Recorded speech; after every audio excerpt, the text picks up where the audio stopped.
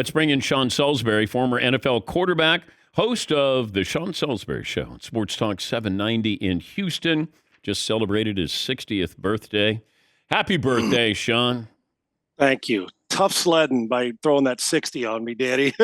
And I had the under with you, Did you really? Yeah. Well, look, see the moneymaker right here, Daniel? Yeah. It 40-ish, 45. No, I'm good. It's just another year, man. Just another year. And I had my German chocolate cake with chocolate icing is what is my go-to cake. There you go. Could you throw the ball 50 yards right now? Yeah. Could you throw it 60? Probably give me about a week to warm up and get going. Probably in this little over 60 now. Yeah. It may not land in the ocean if I'm standing in a boat, but I could, remember when they did punt, pass, and kick, Dan? Yeah. When they put the line out there and you throw it, they measured how far and then how far off the line. Now, mine may go out there farther than Andy Reid's when he was doing it, but it might end up in an 18th row to somebody's mom. So, yeah, I could still throw it. I just can't move it. When I look back on that video with Andy Reid as a 13-year-old, and it almost feels like it's a Saturday Night Live skit where you have somebody who's it'd be like Chris Farley going out there with kids who are, 5 years old. And has Andy talked about that? I don't know if I've never seen like a national interview where it's like, dude, could you walk us through your punt, pass, and kick preparation? You know what really would have got us, Dan? Doesn't he look like, like Lou the Toe Groza? Andy only had to kick straight on, right? Square-toed it, right, with his tennis shoe. Yeah. Can you imagine if he'd have really shocked the world and stepped back and then went soccer style on him? Like Pete Gogolak. Pete Gogolak. And his brother Charlie Gogolak. Charlie Gogolak. I like that. The Texans aren't on the clock. We've been focusing on the Chicago Bears up top. But I know that came out yesterday or day before. Maybe the Texans are interested in Jimmy Garoppolo, which might sound like tampering before you're allowed to tamper. But the Texans going to take whatever quarterback the Bears or the person who or team that goes up top, they take, number one? Yeah, Dan, I think it's below, on a scale of 1 to 10, in that 4 or 5 range or lower that the Texans trade up. I think they believe that if Bryce Young is gone, that C.J. Stroud can be a player.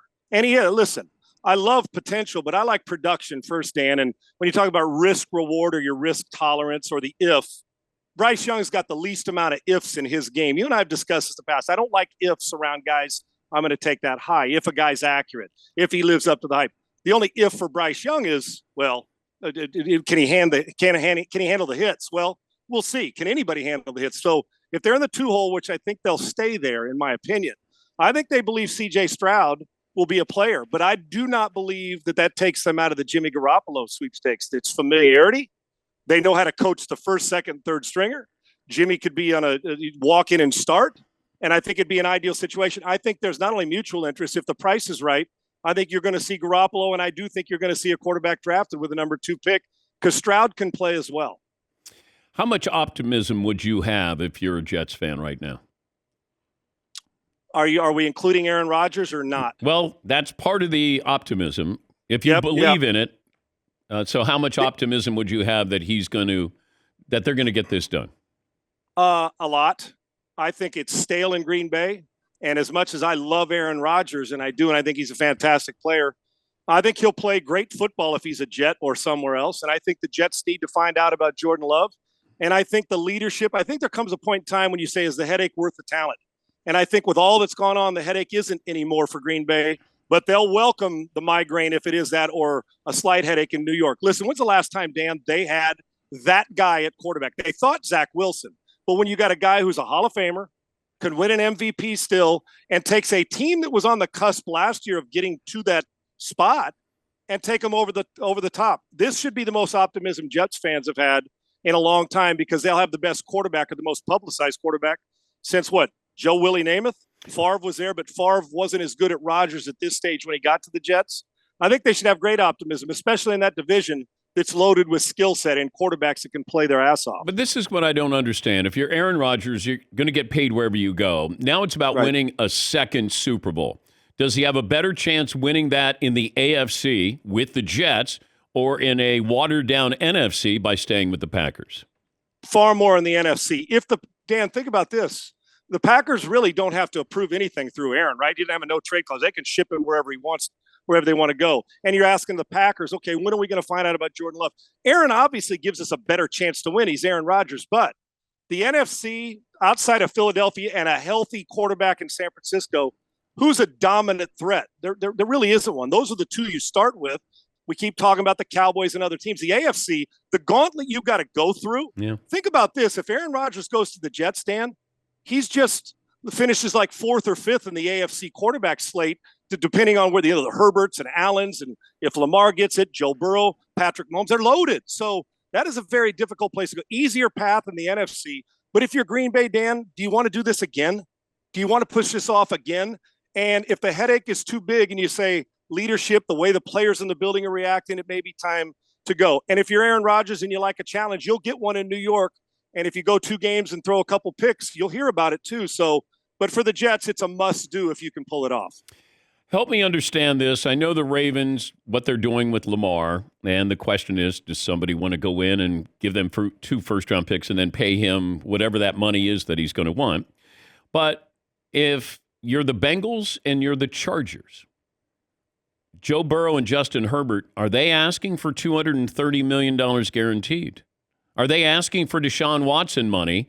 And do those franchises give that money to those 2 quarterbacks?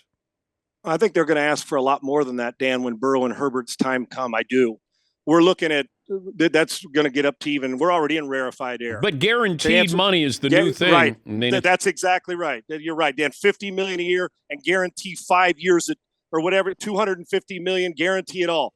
That's the Cleveland Browns opened up that Pandora's box, and now the rest of the world, if you keep giving it, you're going to have to keep paying it, because no matter what Lamar gets, you damn well know, because it's just the way it works in sports, that Joe Burrow and Herbert are not only going to ask for it, but if you gave it to Lamar too, they're going to get it. Now, I'm going to back up here for a second. I think the Ravens are absolutely out of their mind if they don't do what they can to sign Lamar Jackson.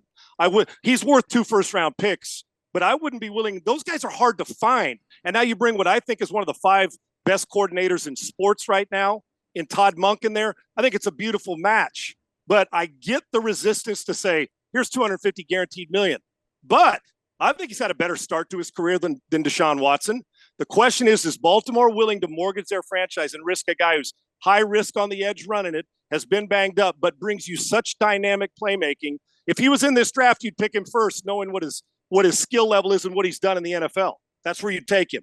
So with that in mind, if I'm the Ravens, I'm not letting him go, but I'm still not also paying 100% guarantee. I'll get close, but he's not getting 100% guarantee. That's the Cleveland Browns' fault. Doesn't mean I have to do it. All right, but if Justin Herbert, Joe Burrow, and Lamar Jackson are in this year's draft, who's going number one? It goes you just for the simple pure, Dan, you know this. We build from inside out from the quarterback position too. We want the guy who can deliver it from the hula hoop in the pocket and then expand him, and he can buy time, and all 3 of them can. But the level of it'd go Burrow, and you could have the argument with Lamar or Herbert, but I think because the purity and the physical specimen and the size, and knowing the injury history right now, you'd probably put Herbert second. All 3 of them are deserving. I would pay Lamar Jackson and keep him in Baltimore, because you're just not going to wake up, fall out of bed, and land on another Lamar Jackson. Joe Burrow and Herbert are also going to get paid when that conversation takes place. Talking to Sean Salisbury, host of the Sean Salisbury Show, Sports Talk 790 in Houston. OBJ is working out for teams today, and I know that he narrowed it down to the Giants, Cowboys, and Bills. This just seems like a foregone conclusion that Jerry Jones is going to bring him in, right? I mean, it's about star power. Yeah, it is, Dan. He loves star power. And quite frankly, Dan, think about that franchise. CeeDee Lamb, really good player, but they still are looking for another home run hitter dominant player. And I don't know how many times we're going to keep making excuses for the Cowboys offense and Dak Prescott, but you keep loading them up and they keep doing it. You can't get beat in the first round of the playoffs or get curb stomped in the second round. So I think it seems star power. It seems like a natural fit. And they've got good players. It'd be a good place for him to go, but you know where he's going to go, Dan, where the money's the best and the opportunity presents itself with Odell Beckham. Yeah, I as much as I would go to Buffalo because I got a better chance of being, no doubt, a Super Bowl contender. The Giants, that might be a mirage. Maybe they're going to be a formidable team, but I would stay in Dallas. he wants to go to Dallas. You get to play indoors. You're America's team. You're on national TV. I mean, all those things have to factor in for OBJ here. I don't want to go to that weather in Buffalo. Plus, Stephon Diggs is the number one guy there. And even though CeeDee Lamb is great, because he's already shown that he could blend in with Cooper Kupp with the Rams and be a complimentary figure there. Just feels like it's Dallas. And Dan, no doubt about it. Plus, with his experience, if he's fully healthy and running like we know he can or close, I'm not so sure that he's not the number one there. Who knows? So it's 6 and 1/2 dozen. The other I'm talking about with CeeDee Lamb in Dallas. So there's still another level to his game and more weapons, more opportunity. And like you said, better weather and a clearer path to get to the postseason in the NFC than the AFC. Dan, can I ask you one question? Yes, you can. If your career was on the line with these 4 quarterbacks in this draft, I gave you 30 days to get ready for a game, and your career was on the line, and they all have the same talent, which quarterback are you taking first? This is one game? One game, and I got to win it for you to save your career as a coach, and you get 30 days to prepare. Which one of these 4 drafted of the big 4 are you taking? I'd take Bryce Young. Yeah. Dan, and you know what? The risk reward, but also think about when you talk about the things that guys don't have, tell me he's got everything you want, production, there's potential, he's a playmaker, high football IQ. Not saying the others don't, but the safest pick, even though he's the smallest, has got to be Bryce Young on production and the way people talk about him. It's amazing at 195 pounds, he's not supposed to be an it guy. But now at 204 pounds, all of a sudden, well, Dan, we gained 9 pounds. Yeah. Hell, if size matters when it comes to the size of a quarterback, I'd have a Hall of Fame jacket behind you in your studio. So there you go. So I'm just anxious to see how the combine works over into people's oh my gosh factor after what we saw. Good to talk to you.